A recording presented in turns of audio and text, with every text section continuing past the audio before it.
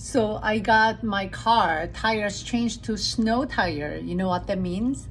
It is time to get your house ready for the winter. If you have a gutters, make sure you clean out your gutters and sprinkler system. Exterior faucets need to be winterized, very important.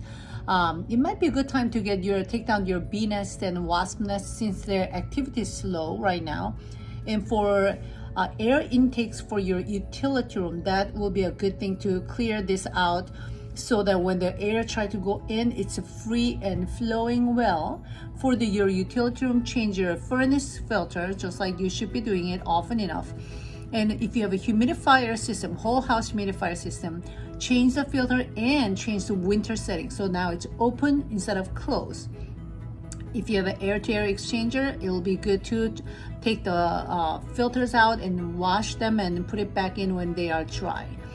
Also, good time to wash your windows so that you can get as much natural light in during the winter season. Then I personally take down most of the screens except for the ones that I open the windows very often. I hope you have a great fall. Enjoy this beautiful color. Talk to you later. Bye.